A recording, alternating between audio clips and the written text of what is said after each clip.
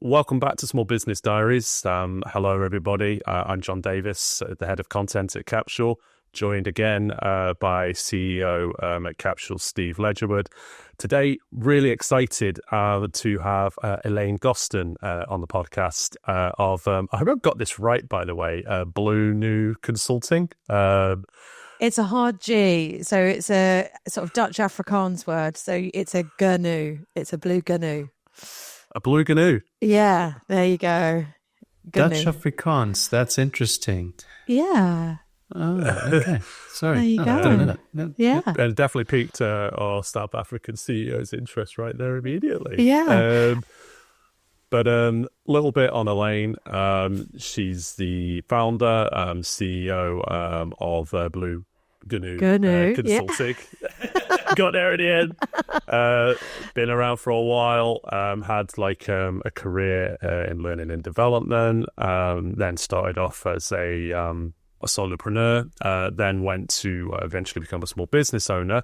So I just want to really dive into that journey. But I guess the first question, after doing a little bit of research on you and looking on your website, you're a huge F1 fan. I am. Yeah.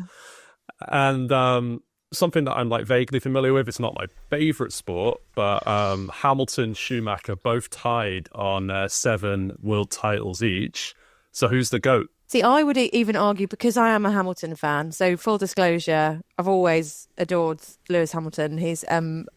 I think he's a great person, and his journey into F1 has been remarkable. But if you knew what happened in the 2021 World Championship, you'd know that actually Lewis is an 8-time world champion, technically. Controversial for the Nico fans. Yeah. Well, no, not even Nico. No, it's Max Verstappen. It's Max Verstappen. Yeah. So Nico nicked a championship off him in 2016, but fairly. Whereas 2021, they kind of changed the rules so that Max could win.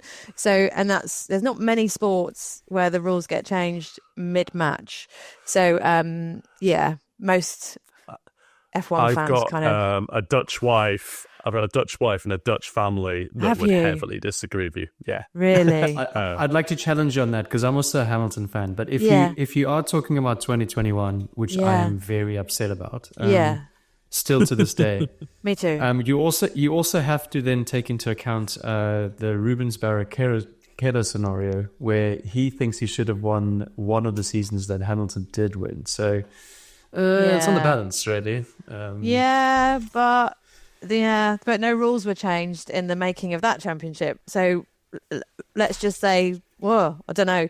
It depends, isn't it? Sport's one of those wonderful things that kind of connects and divides people. And I really like Lewis. I think he's a top bloke. I think he's an excellent driver. I think he's an unmatched talent. I agree that Schumacher also had a lot of talent, but Schumacher didn't really have as much, as many kind of class competitors when he was winning all of his championships. There weren't many people that could challenge him. There's a lot more people challenging Lewis in the last 15 years or so. Yeah, definitely. It's definitely got a lot more competitive as constructors of build better cars, and more money's gone into the sport. I guess now what I'd love to know is kind of who you are in your own words. Yeah, it's a great question. I don't often think about that. I'm a mum. I've got 2 children, that kind of, family first. I'm a wife to my husband. We've nearly been married 20 years. And I'm an animal lover. So we have a cat and a dog at home. And, a second to all of that is kind of business owner. I would like to think overall nice person. I'd like to think of myself as a good friend. I'd like to think of myself as I do love a party. I just had a party this weekend. Lovely. I love getting people together, and just kind of hosting. And so I'm a real connector of humans. And what was the occasion? It was my birthday the weekend, so it wasn't like happy birthday. Thank you. So yes, it wasn't like there's no reason. I do tend to usually have a reason, but sometimes we do make up spurious reasons. So back in 2016, we had a 100 party as a family, because all of our ages at that point are totaled 100. So, and we just realised we should have had a 125 party last summer because of the totals of things, and we kind of missed that opportunity. So yeah, any excuse, any reason to get people who we like together and kind of hang out and do fun things, and sometimes dress up a bit silly, all that good stuff. What's your favorite dress up? For my 40th, and my 40th was pretty genius. So for my 40th, we did. The theme was something beginning with E, obviously Elaine. And the imagination of my friendship group, because people know me well enough to know if I'm hosting a fancy dress party, it's go big or just don't come. So we had some pretty epic costumes. We had the sort of standard, you think about E. I mean, I don't know what immediately comes to your mind, chaps, but there were Elephant. there were a few eggs and a few elephants. That's kind of, but we also had like the Easter Bunny. We had a couple of Dame Edna Everidges. We had Lady Elizabeth off of Downton Abbey. We had Elastigirl from The Incredibles. Me and my best friend, who's male, we both came, unbeknownst to each other until we got there, as Eddie Izzard. So like Eddie, what a great one. Yeah, exactly. So the imagination, we had Elmer Fudd. Do you remember that cartoon? You're probably too young, John. Yeah. But I'm not that young. I'm nearly 40. All right. Okay. But I shouldn't be laughing because you just put me in a different category, so that's great. I wasn't sure. Oh yeah. I wasn't sure if mid-40s. Elmer Fudd made it to South Africa, but maybe He did. Okay. Nice save. Okay. So yeah, that was a good party. But I've got to get thinking, because in a few years, when I'm 50, and I've still got 5 years to go. I've just celebrated my 45th. That's the sort of person that I am, just random. Like, we'll just have a party because we can. But the year that I turn 50, my children's birthdays are both within 8 weeks of mine.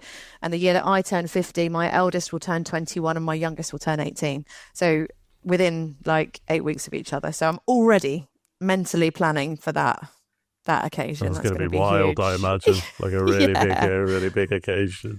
Yeah. For my wife's 40th, we organized about 12 of us to go to Ibiza, and we invested really nicely. We got a really nice villa on the top of the mountain that was overlooking a whole bunch of things. But to this day, my wife's now 43 this year. But to this day, we speak about it with that group of people probably every 2 or 3 weeks, just about how amazing that experience was. So it's great. It's all about those memorable experiences and doing things that people love. And there were lots of people this weekend who had sometimes seen some of my other friends. Like the last time they saw them was 5 years ago at my 40th, and as they were leaving, they were like, "We'll see you in 5 years at the 50th." So they kind of know standard. Yeah. Speaking of memorable experiences, what I really like to ask this question: what was your most formative childhood, experience or memory that you had? I googled that because I was like, formative childhood experience. Like, what should what I love like that. what is that? Like, and I mean, obviously, I kind of know it's something that's memorable and has probably influenced your life. But the Google definition was something that happened before the age of 8, and I was like, oh, I'm not sure. I've got a really bad memory. I've got a really bad memory anyway for little things. Like, I can remember big events and big things that have happened, but I don't tend to remember exactly what people said or specific conversations or what have you. So I was like racking my brains. And but one of the things that I think something formative, it wasn't necessarily an event, but something formative from my childhood, which probably influences the answer to some of the other questions you're going to ask me, is that I grew up, I wouldn't say like in poverty, but my family, we were definitely working class. My dad worked in a factory. My mum didn't work at all. We lived a very kind of impoverished life. We were definitely we were unable to afford things. So I was the kid at school that if there was a school trip, like my mum would write to the school and say, "Oh, I'm really sorry, Elaine can't go, unless the school pay for her to go." So it was, I guess that's always been, because I've always had a really strong work ethic, and I guess you'll hear a bit about that. But that's always been the thing for me of like, it wasn't just one instance, but it was just that overall feeling as a child of being, you know, not know it. And I went to a really good school. Like I managed to get into the local grammar school, as did all of my siblings, and I'm one of four. Wow. And we all went to the local grammar school. And because you're with like the most intelligent kids around, typically those children are more middle class. So it was always really noticeable, that difference, that we were not that. So that kind of informed my future around trying hard to move away from that. And it's not that I didn't have a happy childhood, because I absolutely did. But it, you know, it wasn't nice to feel like the one that couldn't do things because money wasn't available. I could completely relate to that. I had a very similar upbringing. The letters that your mum wrote, my mum wrote them, except for my mum's illiterate, so I wrote them for her. So you wrote your own letters, John? I wrote my own letters. I grew up in a council estate. Yeah, same. In a flat, in Uttoxeter, which for our listeners, if they don't know, it's in the Midlands. Yes, that place exists in Staffordshire, in the middle of England. Tough childhood, for sure, but it put the fire in my belly. Exactly. To lift myself out of that. And, Same. And now that I've had a kid recently, my daughter, the condition for having my daughter was like, I never want her to live through that ever. You don't want to write those letters again? No. I don't want to be writing those letters. That's really profound. That's exactly right. I have not similar, but in South Africa it's a little bit different. So I'm not going to have a comparative. No. But I am going to say, John, in our last podcast, you asked a similar question. The question was, for you, Elaine, was, what's your earliest childhood memory? Yeah. And the guest answered, because obviously he was prepared. And of course, I'm not as prepared sometimes, maybe all the time. But I have an answer for you now, John. So I just wanted to give you that. And that was it's been racking your brain for days, hasn't it? It was annoying me. I was like, they both had these amazing answers, and I have nothing. So like, is my long-term memory that bad? So my first childhood memory was actually getting my grommets out at 4. That was a very traumatic experience for me. Yeah. And then very closely followed by 6 months later, me having a really bad cut on my chin because I had a 50cc motorbike. My father was always into motorbikes. And even though we had no money, he was still determined to find a way for us to move forward there. And I was really keen to do a jump, and I missed the jump and then hit the ground and had a massive scar on my chin for a long time. So yeah, hold the door. 6 years old. You said you were 6. So no, I had my first 4 was grommets out, and then 4 was still 6 months later. So I was still 4 when I was riding a 50cc. South Africa is wild. Yeah. Like giving kids motorbikes at like 4.5. That is pretty cool. Yeah, I mean it wasn't ready because I didn't get him back on a bike until I was like I think 35 again, and then nearly got killed by a bus. So that wasn't good experience either. So motorbikes. Some advice for you: never ever get on a bike again. Yeah, I think that's some good advice. Yeah. Yeah, I'm a motorcyclist, or at least I have a motorcycle license. But I must admit, I feel so vulnerable when I'm out on a bike that I haven't owned one for a little while. We just sold a little kind of mopedy type bike that we recently got, but when I was pregnant with my first child, which is a long time ago now, I sold my big motorbike because I was like, not gonna. I can't see a time when I was ever going to go, here, someone hold this baby. I'm going out on my motorbike. Yeah, it wasn't a compatible hobby. That is fair.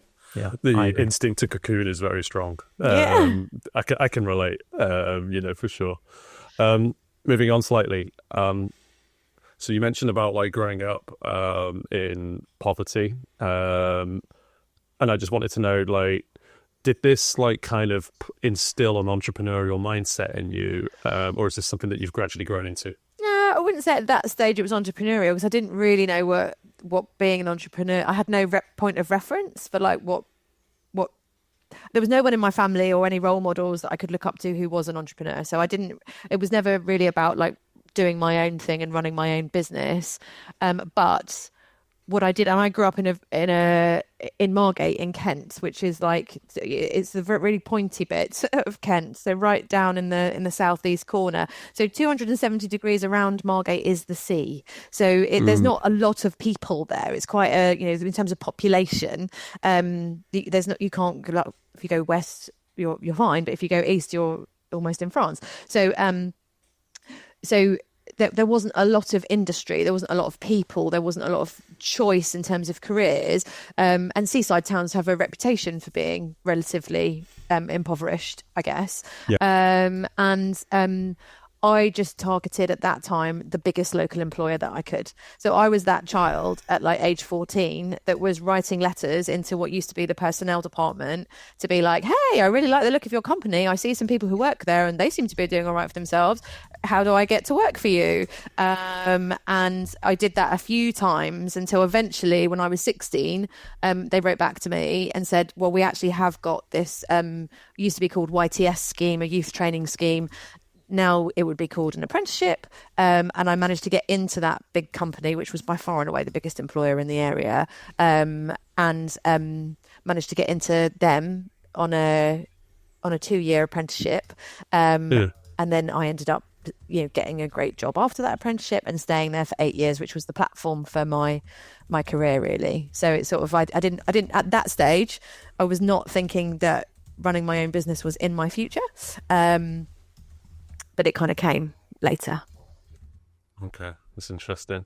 So what was the thing that like made you know, okay, like you had been handing out these letters, you were like getting quite determined and wanting to really push hard.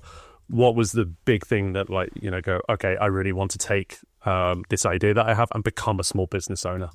There wasn't like a defining moment. It was like a gradual process, I would say. And it was all happening around the time that I was having my children. So my children are now 16 and 13. So they're a lot bigger now. When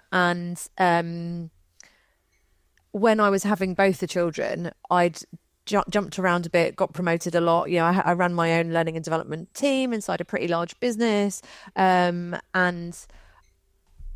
I I was the one that brought in suppliers, people that would come and run our training programs, and I had some really good relationships with them, and some of them are still my friends today. And I just remember kind of looking at that other side of the fence thinking, actually, now I've got children and now I've got this kind of portfolio life where I want to take my role as mother really seriously, but I also really like having a career. So with both my children, I went back to work fairly quickly. I didn't max my maternity leave out. So I just kind of started to look at other people and go, oh, actually, I might want a piece of that pie instead of a piece of this corporate pie, because I was because I'd spent 8 years in a big corporation, big blue chip company. I was sort of really quite blue blooded, like, so, there was corporate stuff was running through my veins. And then I had a big life experience in my 20s, which kind of changed things a little bit for me. And I can tell you about that if you want. But, I had a almost certainly life-changing experience in my early 20s.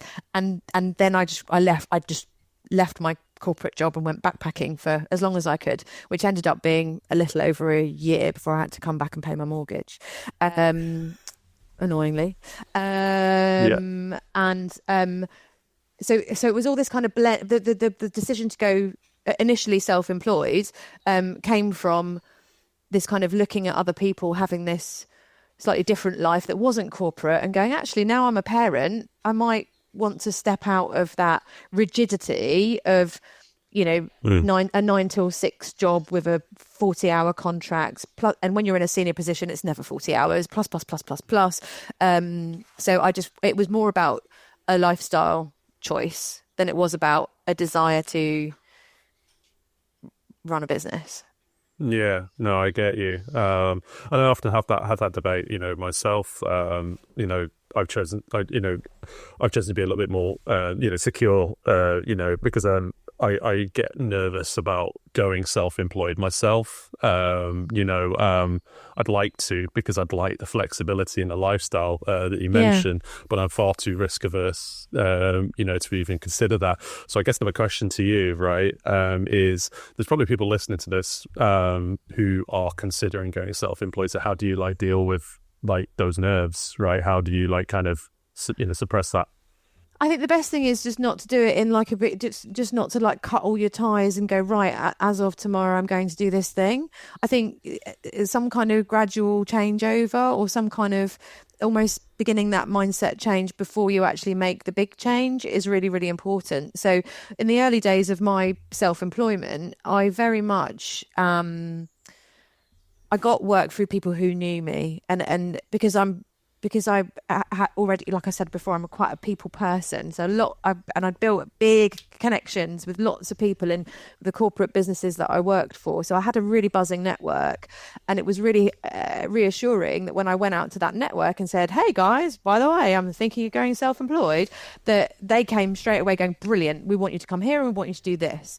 I would say if you're thinking about it, I wouldn't just make the leap until you've started to lay some of those foundations of like, where's my first gig going to come from? Or where's my, who are the people in my network that could either give me some good advice or help me or potentially be my first client? And because I think it takes bravery, and you got to put your balls on the dashboard a little bit in terms of just asking for that help, or asking for those referrals, and because you won't get them, and just deciding, right, as of Monday, I'm going to be on my own. Monday could be really boring because you haven't teed anything up. So I think and I'm seeing it a lot more in my network, actually. A lot of women in the networks that I'm part of are beginning to try and move out of corporate and into freelance. And I'm seeing them do that in I'm going to portfolio for a bit. I'm going to keep my job 2 and 3 days a week, but I'm going to start this side hustle and see what happens. And I, because of risk aversion, I think that's a really wise strategy. I have so many questions that I've just thought of while you've been talking. So I'm just going to ask one first. And network, right? So that's crucial. A lot of people I speak to, small business owners especially, who are just starting out on their journey, one of their biggest weaknesses is building their network in the initial instance. So they're great subject matter experts in delivering what they do, in particular the consultants and the professional services people that I speak with. But they struggle to go out and actually do that. So I guess what I'm asking you is if you could give one piece of advice to somebody that's really struggling to go and build their network, what would that advice be? My advice would be, don't do it cold. So don't tip up to networking events and expect to win a piece of work or expect to talk to someone about what you do. If you go to networking events, and I'm not being rude to people that do go to networking events, but if you go to the wrong networking events, everyone there has got a sub-agenda to sell to you. So whenever I go to network events, I actually end up buying things off of people or choosing suppliers for various things, because those are the people at the networking events. Whereas the people that are my clients, they would not be found at a networking event. So my top tip is do your kind of client avatar. That sounds really marketing, doesn't it? But who is your ideal client and where are they hanging out? Because if they're not a florist, a hairdresser, or someone who makes business cards or whatever, it's those people that are at the networking event, the people with the small businesses looking for clients, looking to make an exchange, a sale that's an exchange. My business isn't a sales exchange. My business is long-term partnership, building trust with people who want a supplier that they can repeatedly bring in that makes a difference to their business. I'm not finding those at networking events. Absolutely not. They're too busy stuck in their corporate lives to be able to even lift and look at networking events. So I think your network isn't where you think it is, and it's not traditional networking, isn't what I mean when I say networking. Networking to me is picking up the phone to someone I worked with 8 years ago and going, hey, how are you? Where are you these days? What are you up to? Yeah. Are you still doing that thing we used to do together? And nurturing those relationships rather than tipping up to my local LinkedIn local or my local chamber of commerce or whatever. I'm expecting tons and tons of leads to come through. I think what I'm hearing here, which is really interesting, is and we've had it a few times. When you start a business out, you generally have a a small network that you can immediately get business from. And that's, excites you to be able to then start on your own, which is great. It's the next step that is the hard part, right? So that's the most awkward. It's like, I've got these people that I know that are wanting to use me. So I know that I've got some bandwidth for the next X amount of months or year.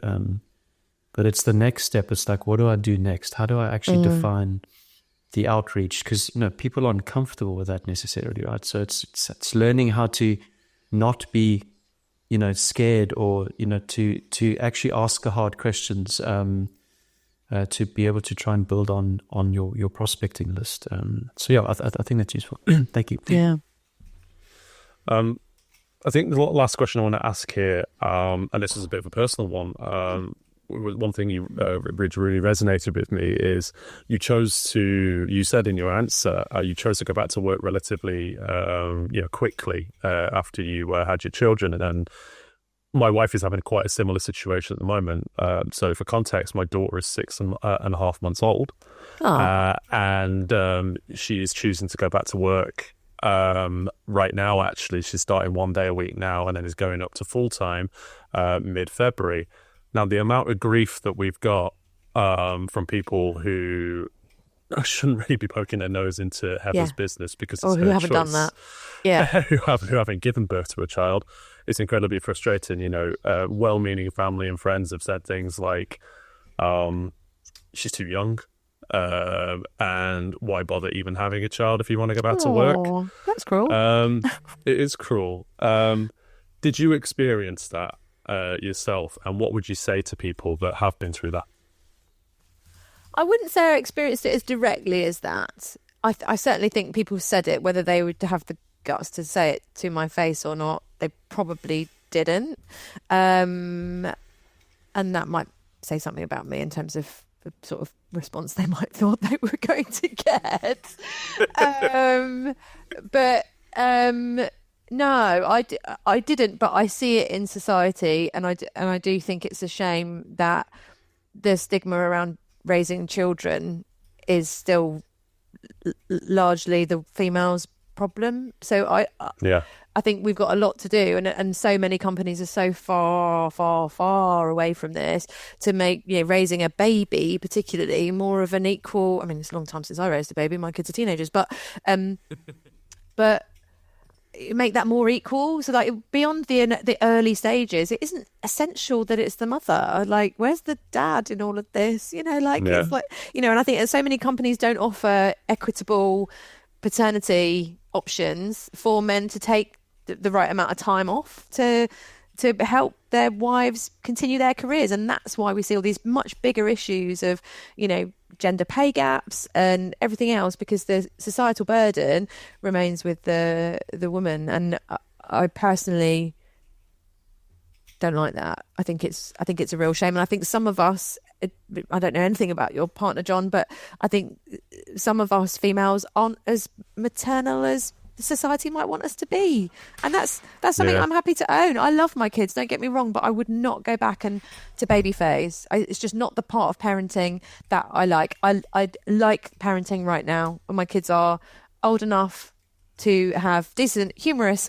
conversations with, and we can have a bit of banter, and they actually are mature enough. And my son, I was out with a client yesterday, and my son, my eldest, asked me as soon as I got home, how was your client today? Weren't you with blah blah? How did that go? And that's the sort of that's the sort of parenting that I enjoy. The changing nappies and all that stuff, you can keep that, thanks. And like I wanted to give a shout out to Capsule actually at this point. So my paternity was extremely generous. Thanks, Steve. It's important. It's important. We have a team member. I mean, we're a very small team. There's only we've only got 4 or 5 employees, but one of our employees, and she wasn't even an employee, she was a freelancer, got pregnant last year. She had her baby in October. We immediately employed her because it made sense for her to be employed so that she could get access to better maternity. And we immediately wrote our own enhanced maternity policy to support her. We didn't have to do any of that. But guess what? She's a really talented employee. and I really want her to come back to work, and she really likes working with us. So why would we choose not to do that? And actually, I mean, that's a really interesting conversation. Maybe just quickly, in this scenario, you're a small business owner with 5 employees, right? So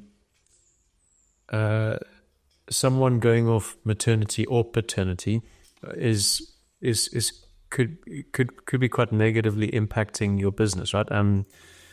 So, just your thoughts and your experience around how you deal with that and how your mindset's around that, maybe for other small business owners out there.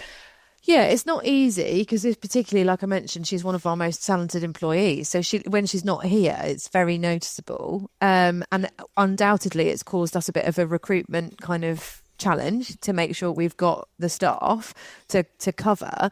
And because we're so small, there's also undoubtedly been more of an impact on me. So more things that wouldn't normally come as upstream as far as me because someone else would have dealt with it. Someone else isn't there. So a lot more things are landing on my desk than they would ordinarily. But we're working hard to address that at the moment. But as you probably know, recruitment isn't like an overnight solution. You can't like find someone, interview them, get the right people, get them started, and then I think it takes a good 3 to 6 months for anyone to learn a job anyway. So it's definitely a challenge. I don't know that I have the answer other than if you've got good people, you have to look after them and trust the process that that they will come back when they're ready, and just knowing that you've done the right thing by someone that's a really good human being is enough for me. Even if she chose not to come back at all, I would still be happy with the decision that we made because it was the right thing for her and for us, and it was kind of in line with our values.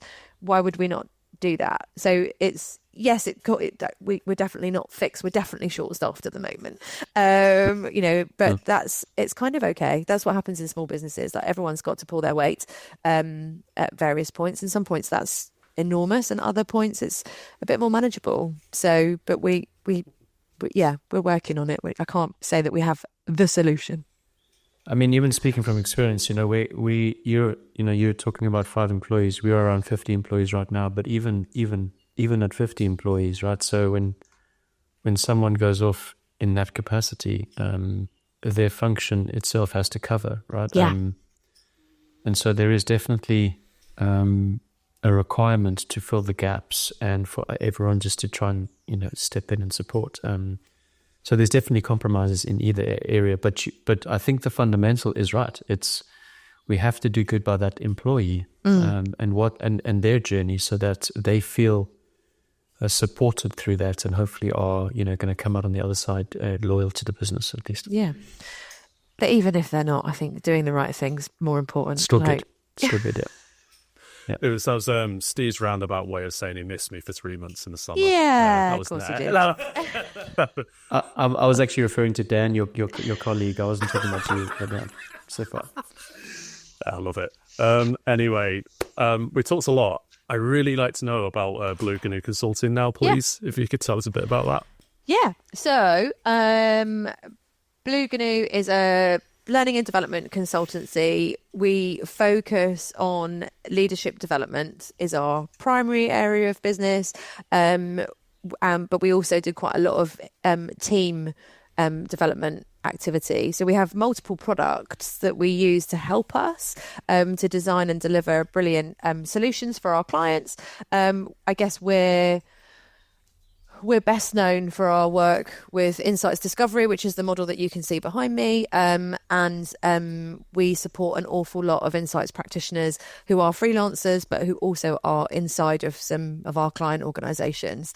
So yeah, we have a sort of like those 3 main areas of business, really, working with leadership groups and leadership cohorts to upskill sometimes brand new managers, sometimes really senior executives that have got there without any formal leadership training, working with teams. So yesterday I was with a exec level leadership team for one of our larger clients, and then kind of supporting practitioners in the in the use of and the professionalization of some of the tools and psychometrics that we use to help us along the way. So that's what we do. Amazing. You mentioned like leaders that have got all the way, to where they are without any formal training. Yeah. And that's quite prevalent in the UK. Why do you think that is? Yeah, because the way people are promoted is really interesting. So the way people are promoted is usually because they are, or they have been, skilled at the thing. So whatever the thing might be, I might be a really skilled warehouse operative, let's say, and I'm the best warehouse operative. So guess what? I get promoted to warehouse supervisor. And then out of all of my compadres who are the warehouse supervisors, I might be the best one at that as well because I've got a really good work ethic. So then I'll get promoted to warehouse manager. Before I know it, I've got identified for having loads of strengths there as well. So I might then become an ops manager or ops director, like who knows. So we're very, very good, particularly in the UK, at promoting people and kind of just wishing and hoping that they'll learn the new skills. And all the while the skills are technical, that's okay. So if it's warehousing, the random crappy example that I've chosen, but if it's warehousing and I know how to run a good warehouse, then that's going to be okay. But what am I going to do the first time I have to have a decent conversation, potentially a hard conversation with someone that I'm not prepared for? Do you know what I mean? So like, let's say I've got someone in my team who's got I don't know, let's choose a classic example, body odor problem. I'm not trained in that. How am I going to tell them that? So guess what? I don't tell them. So then I leave it. And then before I know it, it's not just the body odor that's the problem. It's all sorts of other behaviors that are the problem because I don't know how to have decent conversations with my team. So And that's systemic in all of the organizations that I've worked for. People get promoted because they are good at the thing. What they're not good at is leaning into relationship management and making sure that they can have not just the hard conversations, but the important conversations with people, because they call them soft skills, but they're so hard. I don't know why they're called soft skills. I'd also like to acknowledge that I don't think it's just a UK thing. I think that's a global problem. Really? Yeah. Yeah. I don't think it's just from all of my time working in different countries. It's systemic in the way that people think and their mindsets. And why not? Those people who are expert house operatives, they're looking for that next step, right? Yeah, so they're hungry. The company's gap is that they're not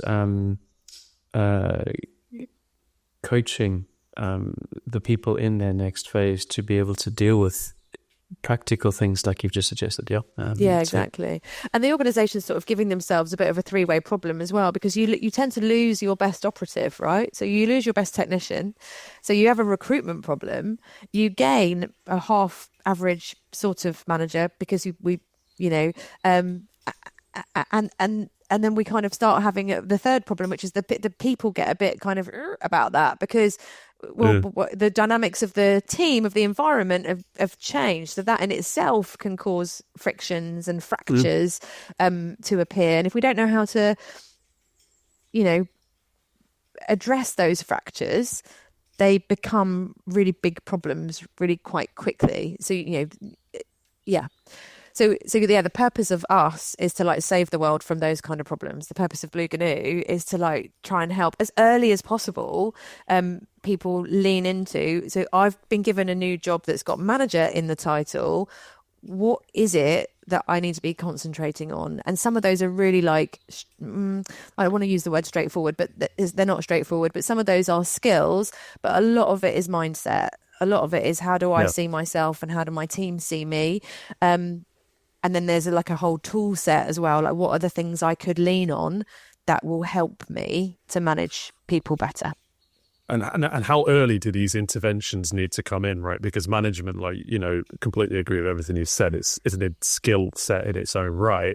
Yeah. When do these interventions need to come in? Because my thought when you were talking was this warehouse operative might aspire to, to become a manager, doesn't have the requisite skills, but is incredibly talented. Yeah. Is that something that should be mandated, you think, in your view, by all employers, or is it something where the onus is more put on the actual aspiring employee, or is it a combination of both?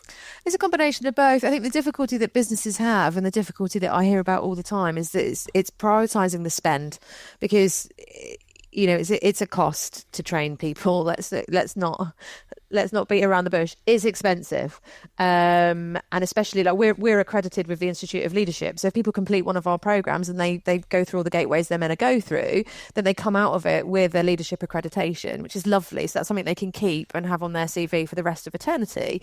But that comes, like if you were paying for someone to do a degree or whatever, it comes with a cost. We have a client at the moment where we're running kind of repeated leadership cohorts for sort of middle managers in their business, and everyone's just so hungry and just go, I've been waiting for this for years.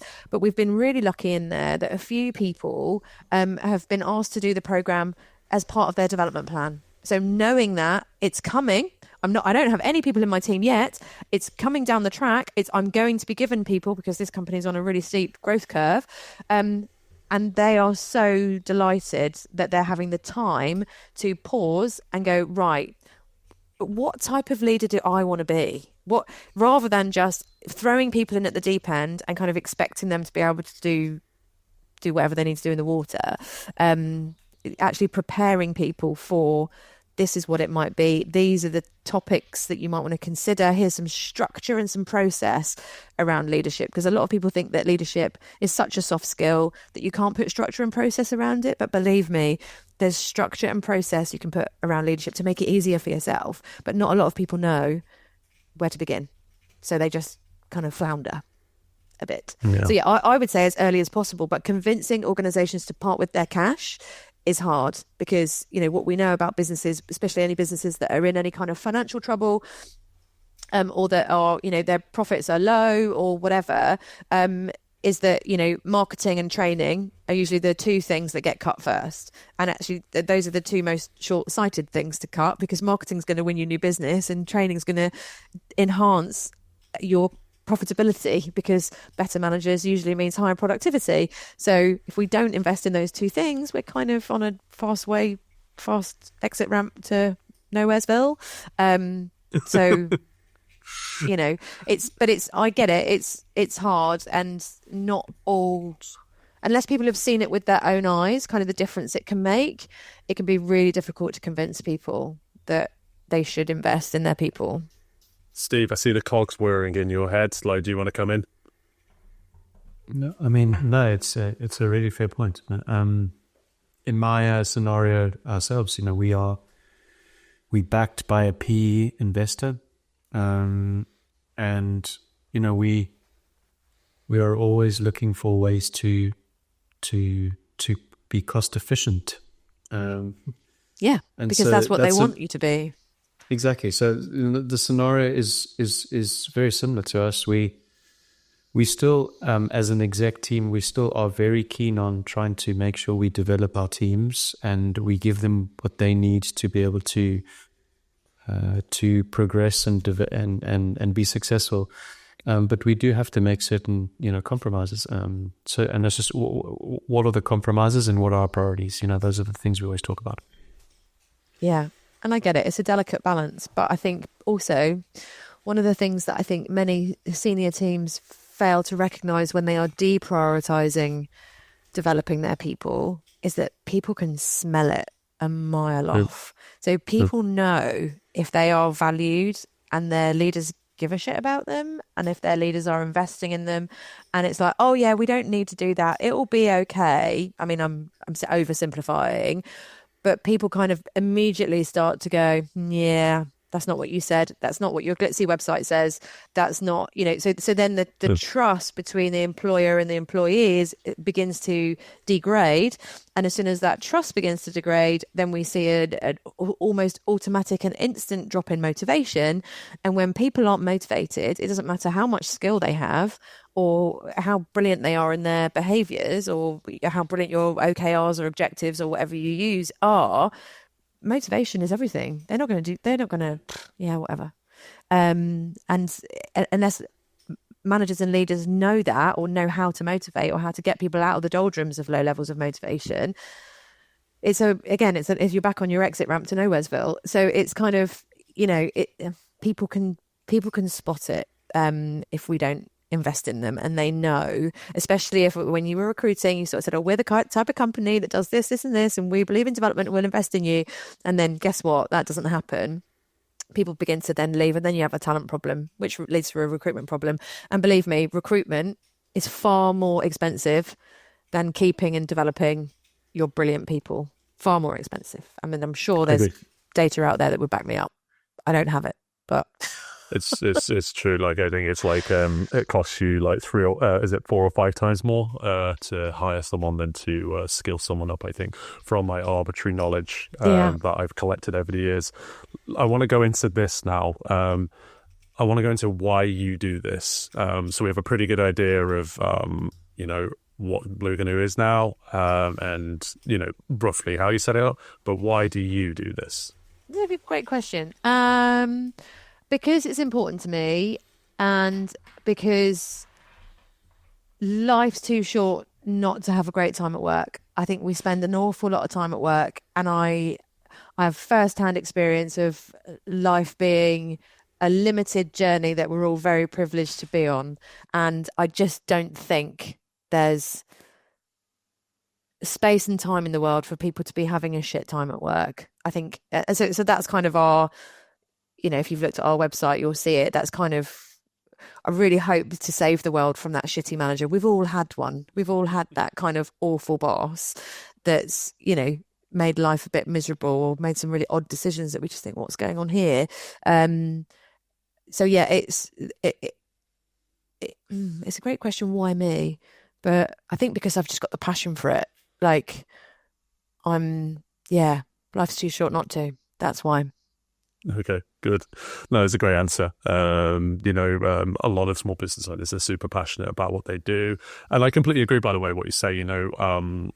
We spend 37 plus hours, a week in work. I hate the word colleague because I don't think that does justice to the people that I work with. Steve and I, we've known each other 2 years. I'm pretty comfortable saying that Steve's my friend. I trust Steve implicitly, and I trust him with a lot. And I don't know why we're reluctant to place that emphasis on the relationships that we build at work because of how closely we all work together. So I think it's very important to have fun. And Steve and I do make sure we have fun, but also make sure we do what it is that we need to do and that we're here for, as well. I want to talk more about where you go from when you went from self-employed to building this business. So for our listeners, there are a lot of people out there who are probably self-employed right now and want to go that little bit bigger. So tell us about that and tell us how you did it. Yeah. So I was self-employed. Like, Blue Canoe wasn't born until like 2017. So I was self-employed for 3 or 4 years because I had like babes in arms. So and I just went out to work when I could on the jobs and the contracts that I could that fitted around the children. Once they started getting into school, then I was like, woohoo, yay! Let's get back out in the world. But you know what made the biggest difference? Because I've been that kind of self-employed freelancer. I was that self-employed freelancer for a long, long time. Very happy, just filling my own cup, selling my own time to clients and having that fit around the family. That was ideal for a long, long time. But then this little thing called COVID came along in 2020. And anyone who works in the gig economy, which is basically what a learning and development business is, we're an events business by trade. We run events. Everything got deleted from our diaries? Of course it did. And I can tell you exactly how much money I earned between March and September 2020, because it was practically zero. And so that forced my already slightly entrepreneurial brain into a bit of a, well, this isn't sustainable. Like I can't run my house off of not earning anything. So I took a little bit of time in COVID to just kind of go, right, hang on a minute, like what's happening here? A lot of people in the learning and development world kind of had a bit of a panic in COVID, and people started running like free events and giving away all their stuff for free and trying to be like super nice to people. And don't get me wrong, I'm a really nice person, but I'm also not going to give away stuff that normally costs several £1,000s for nothing. Because so I felt like the people that did that, and some of them are in my network, were kind of devaluing what they normally charge as a premium product. Oh, I'm just going to start giving it away for free in the hope that that's a good thing. I quietly paused and kind of retreated into my cave and sort of went, hang on a minute, what options do I have as a business owner to pivot here? And I hate that bloody word, but to change the nature of the business so that it's more diversified, so that it's not just reliant on me being in the training room with clients. So at that point, that's when I decided, and this was the big leap up. So we went from a 5-figure business to a 6-figure business pretty quickly. The change was I decided for it not to be all about me. So to take Elaine out of the center of things. So I compiled a team of trusted associates, people that also do what I do. And because I'm pretty good at business development, I started to be able to not just fill my diary, but fill their diary when the world started to wake up again post-COVID. So when people started to, in the learning and development world, everyone went virtual for a long while. So we did a lot of virtual workshops rather than being back in the room. That was fine. But I was selling those not just with my time, but with other people's time. And the other thing that we did that made one of the biggest differences was we started to look more at product development rather than just selling episodes of learning and development. And that's where we partnered more with Insights Discovery, who are a Scottish company that own this psychometric that sits behind me. And I'd always been a partner of Insights, but I'd always been a really quiet partner. So just buying my own stuff for my workshops with my people. And then I started to go, well, hang on a minute, I can support these other practitioners. So out of COVID, we had 2 practitioners that I would support, both in one of our logistics businesses, actually, one of our logistics clients. And we started to mushroom this community of practice. So making money through selling them materials, not through delivering any training for them. They were delivering the training, but we were selling them the materials. So it's definitely not, I hate that phrase, passive income, because there's no such thing in any business. People are working hard to make stuff happen all the time. Yeah. But sales that are less about the monetization of time. That's now huge for us. So I just found out, because obviously it's just been the end of the calendar year, we're an Insights partner. There's loads of Insights partners nationally, like there's more than 200 in the UK. I just found out that Blue Canoe are the 3rd in terms of sales partner in the UK for sales to other clients. So we buy, more than £500,000 worth of stuff from Insights every year. We sell it on to our partner businesses, and we're 5th globally. So that's huge for us. That's incredible. Huge. Really well done. So that's made the big difference, and that's what's pushing us. We're not quite there. We're really super close, but that's what's pushing us to 7 figures. Is like we're nearly there, which is why I'll go back to my earlier point about team and recruitment. We need more people because we're, the business is getting bigger all the time. Scaling. Yeah. Final 2 questions from me then. Your mistakes, like along the way. What was the biggest and what did you learn?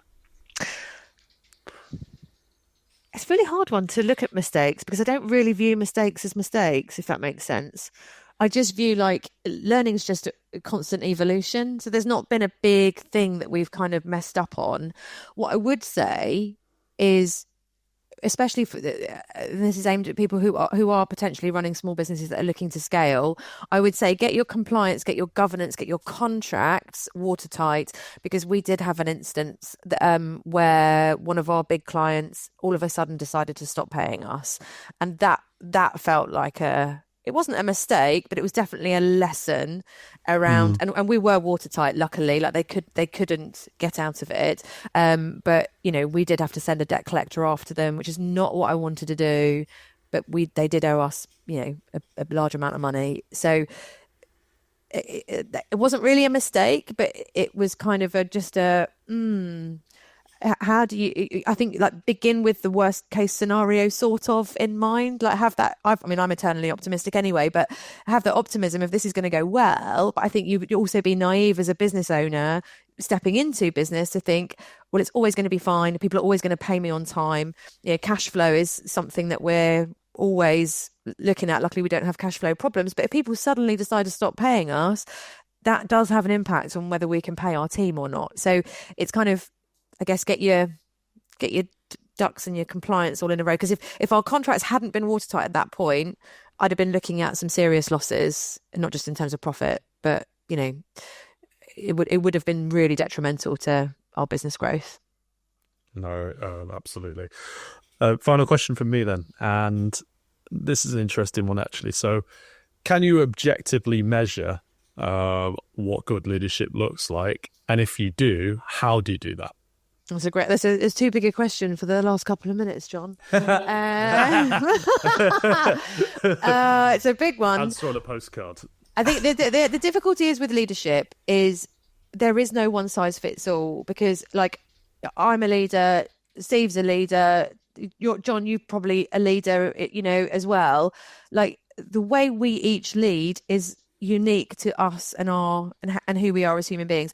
Also, the people and things that we lead. I prefer to lead people and manage things, but the people that we lead also want something different from us. So for me, with my 5 employees, I can't lead them all in exactly the same way, because all 5 of them need something else, or something different, in order to feel motivated, energized, ready to do the work that they need to do. So it's really difficult to say there is a thing. I think that, if you Google leadership, that there are more than 40,000 books on Amazon. I think you've just got to decide what things make the most sense to you. Be really self-aware. I think self-awareness is one of the keys to leadership. If I don't spend enough time looking in the mirror as a leader, going, right, who am I? How do I show up? Is that okay?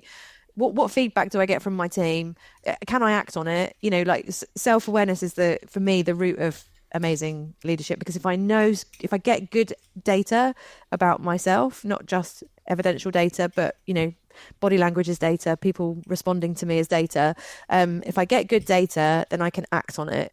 But if I'm not self-aware and I don't care, or I don't look in the mirror, how would I ever know? So I think it's such a horses for courses answer, because good leadership for me might look very different than good leadership for either of you and for anyone else. So it's so nuanced, but we do know there are some processes, some skills, some mindset, and some tools that can really help. And that's what we try and do in our programs, is focus on those things. Particularly the problem where you become a new manager. Yeah. And you are trying to create value in your new position. You instinctively think that you need to direct. And so in that way, you push an agenda, or you create a conflict. Yeah, exactly. And those things are supposed to be good, but they end up being negative because of the way that you've communicated that, and you've not looked at being self-aware. And I remember that. When I first started becoming a manager, I used to make all those faux pas mistakes. And until I learned that I needed to be more self-aware of what people are viewing my communication style in. Yeah, and how I needed to communicate to them how to work together in that way.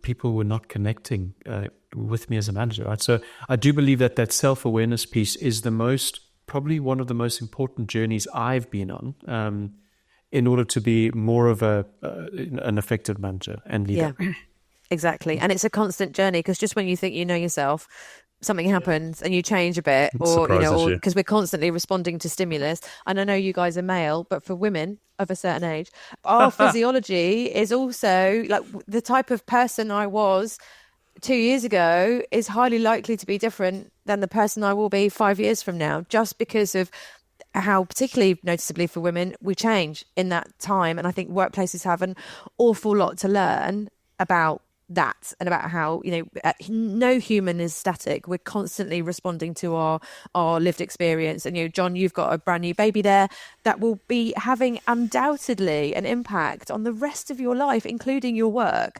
I think there's this whole thing of like work and life, and like we're supposed to have them in balance, but actually they're so interwoven that it's really difficult to go, well, here's my life and that's over here in balance, and here's my work, and I promise it doesn't matter what's going on over here. It absolutely matters. Like, it's managing the whole person, leading the whole thing, that's important, and I can get really passionate about that. I was terrified actually when the reality of having a baby kind of dawned on me, on how that would actually influence and affect my career. And Steve was smiling because I told you, right? And you knew it was eating me up because I felt that like I would be less effective, in my role. But it's just like you said, it's messy, right? It's messy and it's not disconnected. No. What I've learned, over the last 3 months of being back at work full time is like, you can't pour for an empty cup. You need to be kind to yourself, when you're in this position. And like, if you've got good leaders, you've got good employees around you, and colleagues, they know and understand that there's going to be times that like you're not able to give 100%, but there are times that you are able to give 100%, and it's all variable, and it all kind of varies. I actually had the last word, so I'm glad, because I'm a narcissist. But with that being said, Elaine, I had a wonderful time. Yes, it was amazing. With you Thank today. you. It was an amazing conversation. Fantastic business as well. Guys, do check out Blue Canoe Consulting, for all the wonderful things that Elaine's talked about today. This has been Small Business Diaries. I'm your host, John Davis, also with Steve Ledgerwood.